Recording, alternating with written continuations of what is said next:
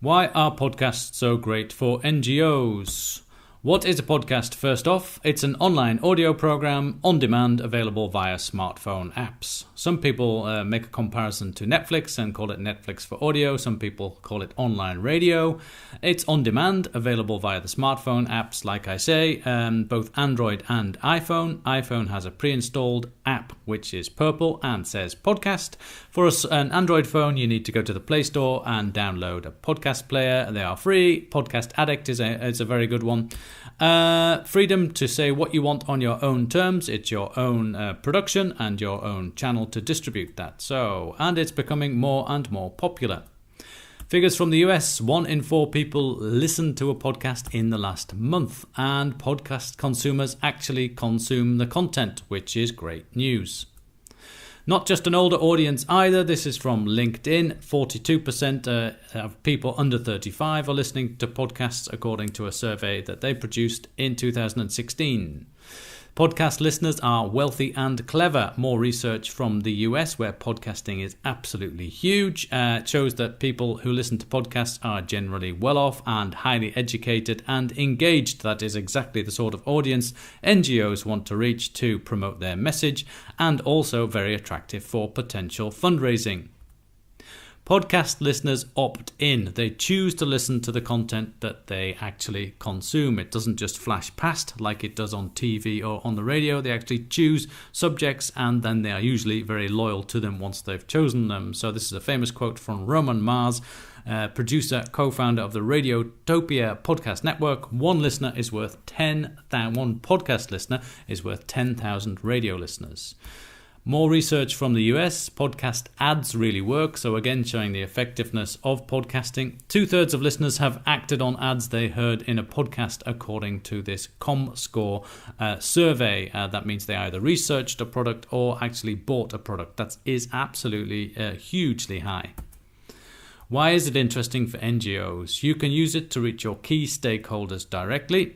It gives you the chance to claim the space as a thought leader in your field, and it is a great way to build a community and generate discussion. So, thought leader, invite the guests who are relevant on your topic, interview them, and publish an audio file your podcast, so you can really connect and show that you are on top of all of the latest developments in your field.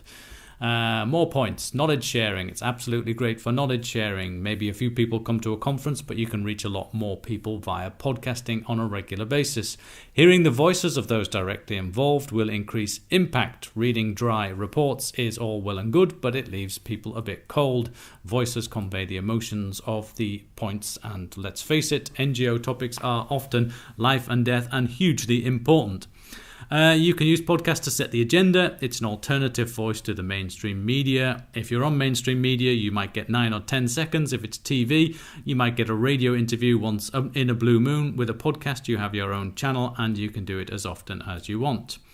More points. It's more affordable than video. Good quality video production costs an awful lot of money to produce and is usually short and not in depth. There's a potential to reach a big audience because of the distribution system that podcasts use via smartphone apps. You can use it to tell the stories of your projects and even consider using it in monitoring and evaluation. It's on demand and in depth, as I mentioned. These are absolutely key points. These are a couple of examples of thought leaders from the US who have gone from zero to having huge networks with their podcasts online.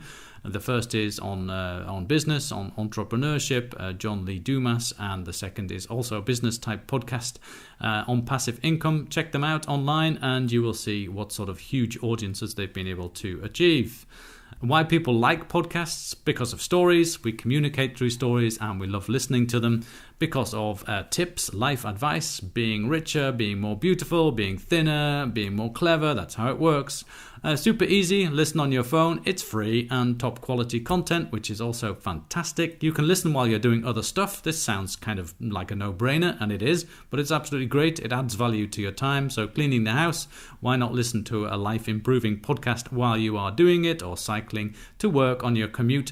Try doing those things while you're watching a video, and it's a bit tricky. Intimate. People always say this. Listening to podcasts is like having a friend whisper in your ear. And niche, specialist, in-depth content on a subject you are passionate about.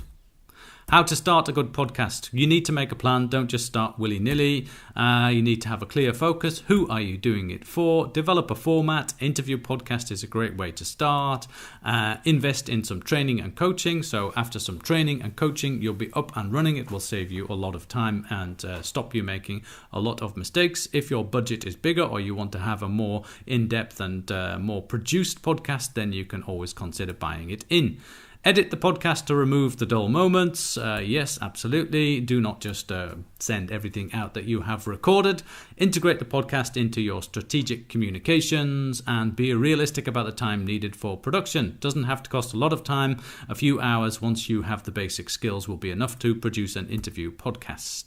Production standards. Think about where you're recording, not next to a motorway and not with other irrelevant background noise. Background noise can be well and good if it is related to the interview and the story that you are making, but it can be very disturbing for a listener if it is just random noise. And be patient. It takes time to build an audience. You need to commit to a podcast over a period of time, and then you will be rewarded. How it works. Minimal investment is necessary for equipment. Microphones and a recorder you can buy for between 100 and 200 euros. Open source software can be used to edit, so that's free. Laptop is good enough. Publication and distribution is reasonably straightforward and is very cheap. You need an audio host, but that doesn't need to cost very much, $10, $12 per month. And once your podcast is in iTunes, Apple Podcasts as it's called these days, then it will be picked up by all good smartphone apps, both the iPhone and Android apps, so you are using an existing distribution network.